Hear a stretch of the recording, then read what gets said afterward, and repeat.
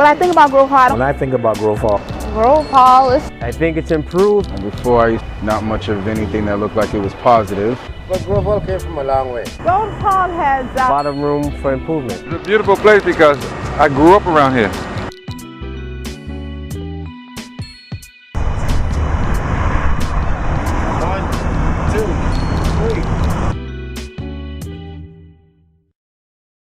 What I love about Grove Hall is the history. To know that people like Malcolm X and Dr. King and all of these amazing people worked and lived and did things in support of the community of Boston, or even when they were first starting out on their career, that so many of them started out here. That's an amazing history and legacy that I think all of us have in this area. It's a well historical community in the Boston area, and we have a lot going for it. I think it's nice people, nice residents. You got a lot of people who migrated here from foreign countries who love it here. They are the ones who maintain in Grove Hall today. We got the mayor who tries to do a lot for the community, but at the same token, is the community have to help the community. At one point, that used to be predominantly white, and then it slowly became predominantly black. And with that came a lot of history with it. Whether it be the drugs that came through, and the poison that came along with it, and then the gunplay. So there's a lot of history up on this hill.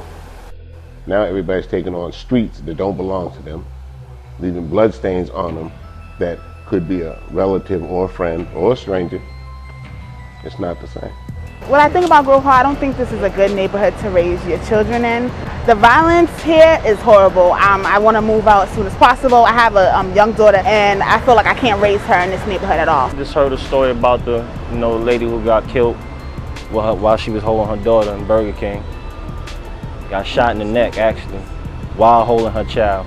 Like 14 killing people, that's too much. That's crazy. Yeah, you know what I mean? He lived. He didn't get hit, but just the fact that if you're holding your child and you got hit in your neck, it's not too far from the kid. So I lost a son in 2002, and then I lost a daughter in 2006. She was doing the memorial for my son in the same spot. He had got killed 4 years to that day, somebody shot in the same spot. My son was shot at a basketball game. Someone pulled a knife on him at Forest Hills, and while him and his best friend at Westie, they came up to Westie to jump him. I had to pull my son out of the BURT because if they found out whose brother he was related to, that would jeopardize his life. The government is violent. As a matter of fact, it's the most violent government in the history of the world. And the media follows suit, and they set the tone for the country. The violence in the city of Boston, period, affects me. January 12th of 2008, I actually lost my son on the streets of Boston. Parents need to start taking better control of their children, more responsibility of their children. We can't be with them 24 hours a day, but if you're teaching your child right from wrong, as a child, they will continue that. What they do when they become an adult is beyond the parent. Gun violence is predominantly taken over the news in recent years, and that I think is one of the areas where we need to focus on, providing more outreach, more jobs, more opportunities for people, especially young people. Those who are over the age of 25, some of them just don't care, or they don't see a way that they can be involved. They think it's all about money, but it's actually about time. But it takes for one person to smile at someone one day, or to take a young man or a young woman aside and teach them etiquette. Teach them what it is to be a young man and what your responsibilities are in the community. A lot of them just get their jobs, they go in their home, and that's it. And if someone gets shot, that's that young man over there. He's always causing trouble. Well, why didn't you say something to him? Get involved. And people don't get involved because they're afraid of things they don't know. Try to keep kids busy, I guess, really. Not just with programs, but as communities, we take the time, to interact with the kids, see, what, in their minds cooking, to get it to you to better encourage them, help them work on their strength, and basically at the same time still to work on their weakness.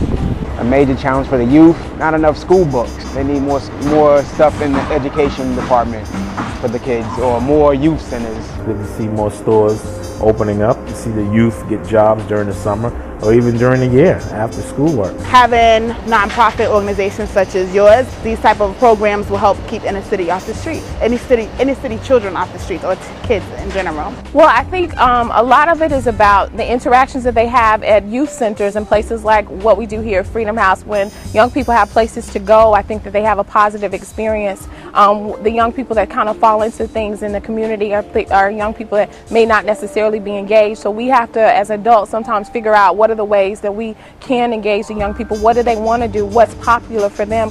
Everything can be about what adults think the young people need, but we have to actually ask the young people. When I was younger, I used to be out in the streets. I wasn't doing nothing bad, but I was out in the streets. I wasn't really doing anything with my life. Right now, I'm working, I go to school. I'm going to be doing an internship at State Street, so I feel that's a big change, because a lot of the youth aren't really out here taking advantage of opportunities that we have. I think we all have a responsibility to community, no matter who we are. So a parent has a responsibility to a child, but also other people who can serve as mentors and also guide and shape and mold the young people, because they're the future of the community, and we all have a responsibility to that. So yes, the parent is a primary role model and support system for a child, but they're more than just parents, because some parents don't necessarily have the skills to do everything by themselves. So we all have to pitch in and do for our young people. Trying to get to the youth in their minds, you know what I'm saying? Not by rap videos and, drug selling and all that, because that's what all the youth is built on right now. They listen to the rap videos, they see drug dealers and out there be. What we need is for, like, even if a drug dealer or a rap dude just step up and say, yo, this is not what life is all about, B. You can take it farther than this rapping and selling drugs. In the household, they gotta be more at ease with their child. Don't be their child friend, be a parent, not their friend. By smoking blunts with them, I don't condone that. Because you giving them the okay to go out there to do any drug they want to do, first of all. That's being a friend to your child. You gotta be a parent to your child. They have to be more vocal, you know what I mean? Parents have to be more instrumental in their children's lives, because there's so many negative influences in young kids' lives now that if the parents just fall back like a lot of them do, nothing is done, you know what I mean? It's just start, but being vocal, speaking up, being more proactive in their children's lives is definitely the right step.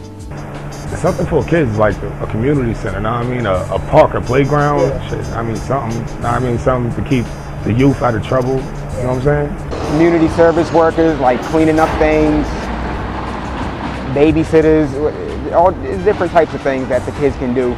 They just got to put their mind to it and want to do it. In this area, there's not a whole lot of things to do. Right in Grove Hall for kids to do. You have the Y, Roxbury Y. That's not going across the street and going to the Y. You have the Dorchester Y, but there's nothing right here. There's no really community center. I think there's a new one right around the corner. I'm not sure how active that is yet, but there's nothing really for them to do. There's not enough activities, and the few activities they do have cost too much money, and the average parent can't afford to put them in it. The youth is our future. We got to get them straight. We got to get the youth strong, get them employed, and it starts with the youth. We have to make a way for the youth. Having a conversation with their children, letting your children know there's other alternatives other than getting involved in gangs, being an active part of your children's life, talking to them every single day. What's going on with you? How was school? Just have an open relationship with your children, especially your sons, and have a relationship they can trust. Okay, and how do you feel that would affect them positively? It can push them through school. If people take one moment in their day to show some love, then people's lives will improve, and the young people will start to love themselves because someone else loves them. They'll want to do more positive things. They'll want to go to school. They'll want to go to college. They'll want to have better lives for themselves. I mean, us grown folks too, we have to also set an example for the youth. We have to be parents. We have to be there to motivate and, inspire our children, and don't be afraid of our kids. We need to be there for them. I feel like there's a lot of work being done by young people like yourself, but I think that there are more collaborative efforts that need to happen between the young, those who are older Americans, and those who are the baby boomers.